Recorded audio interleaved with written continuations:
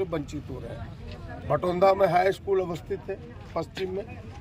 पूरब के सारे बच्चे अब कैसे आएंगे इस NH4 को पार करके, इसे NH4 लेन को पार करके। पंचायत वन पूरब साइड में है, स्वास्थ्य वन पूरब साइड में है, वहाँ भी 4 लेन है। पश्चिमी के पूरे लोग भटौंदा के कैसे लोग क्रॉस करेंगे। यहाँ की आपकी जो प्रमुख पर्यटक स्थल है जोगनी था, वहाँ भी इन्होंने अंडरपास पुल नहीं दिया, जिस कारण से भारी कठिनाई है और भविष्य में दुर्घटनाओं को आमंत्रण देना है। इस प्रकार की सड़क इनकी डिजाइन गलत है। और फिर से हम इसीलिए DC से भी हमने बात की थी, आपके आवेदन पर हम भी लिखे थे। हम बोले इसके प्रोजेक्ट डायरेक्टर को बुलाइए और प्रोजेक्ट डायरेक्टर एक मीटिंग करे। अभी SDO साहब को फोन आया। भटौंदा के ग्रामीणों ने आज DBL कंपनी कैंट के गेट के बाहर राष्ट्रीय राजमार्ग के चौड़ीकरण के कारण हो रही परेशानियों के विरोध में धरना दिया। इस प्रदर्शन में स्थानीय विधायक प्रदीप यादव भी शामिल हुए और उन्होंने कंपनी से इस मुद्दे का समाधान निकालने की मांग की है। धरने को संबोधित करते हुए विधायक प्रदीप यादव ने कहा कि हम लोग किसी भी काम की विरोधी नहीं है, लेकिन हमारी प्राथमिकता यह होनी चाहिए कि लोगों को सुगम और सुरक्षित यात्रा की सुविधा मिल सके। इस चौड़ीकरण के कारण ग्रामीणों को बहुत सारी समस्याओं का सामना करना पड़ रहा है। यदि 16 फरवरी तक इस समस्या का समाधान नहीं निकला तो हम यहाँ से लेकर गोड्डा तक हर जगह 1 इंच भी काम नहीं होने देंगे। विधायक ने सरकार से आग्रह किया है कि वे जल्द से जल्द उपयुक्त समाधान करें, जैसे कि सबवे बनाने की व्यवस्था की जाए ताकि ग्रामीणों को परेशानियों से राहत मिल सके। इस धरने में बड़ी संख्या में ग्रामीण और स्थानीय लोग शामिल हुए। उन्होंने अपनी आवाज को बुलंद करते हुए सरकार से त्वरित कार्रवाई की मांग की है। Bureau report, Vishwajeet Kumar.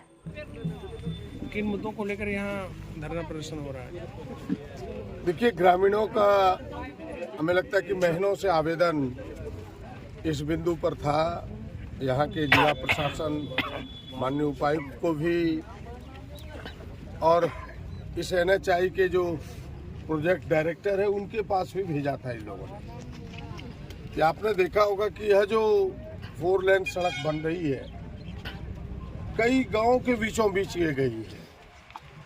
सुगावथान देखे, हरियारी देखे, भटौंदा देखे, कठौन देखे, और बीचों बीच जाने के कारण खास करके जो स्कूल है, अगर पश्चिमी है तो पूरब के लोग उस स्कूल से वंचित हो रहे हैं। भटौंदा में हाई स्कूल अवस्थित है, पश्चिम में।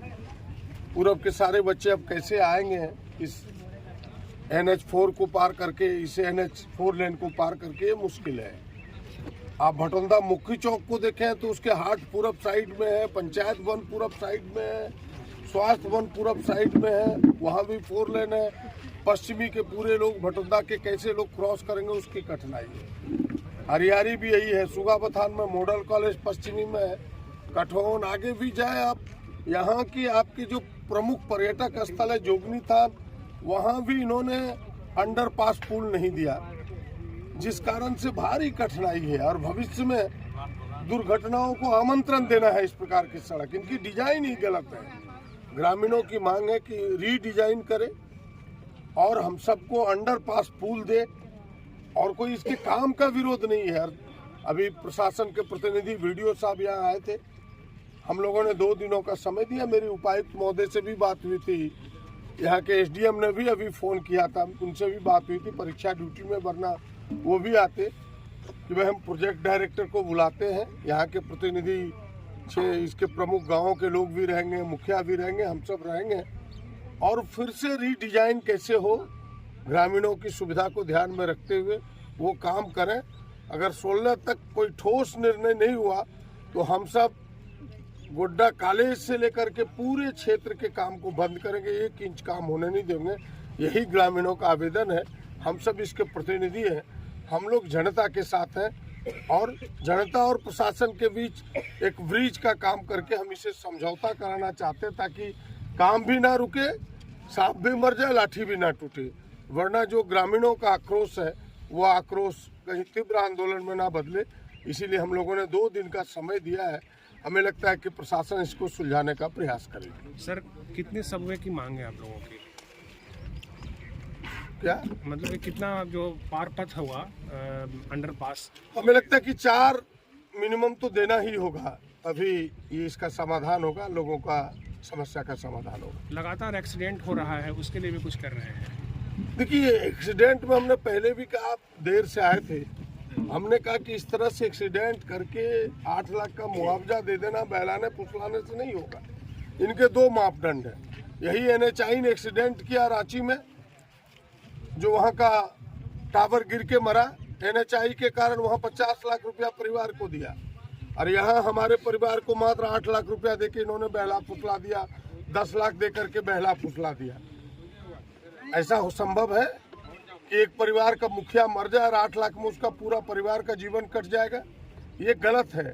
कम से कम 50 लाख का मुआवजा उसको मिलना चाहिए था, ताकि उसके बच्चे आगे पढ़ सके, उनका परिवार आगे चल सके।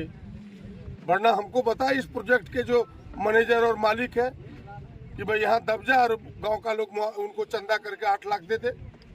ये तो नहीं है न्याय। न्याय यही है कि भाई कम से कम उनके परिवार का जीवन चल सके, उनके परिवार के बच्चे आगे पढ़ सके, इतना मुआवजा जरूर देना चाहिए। हमें लगता है कि यहाँ बेईमानी हुई है। 8 लाख नहीं, कम से कम 50 लाख रुपया उस परिवार को मिलना चाहिए था।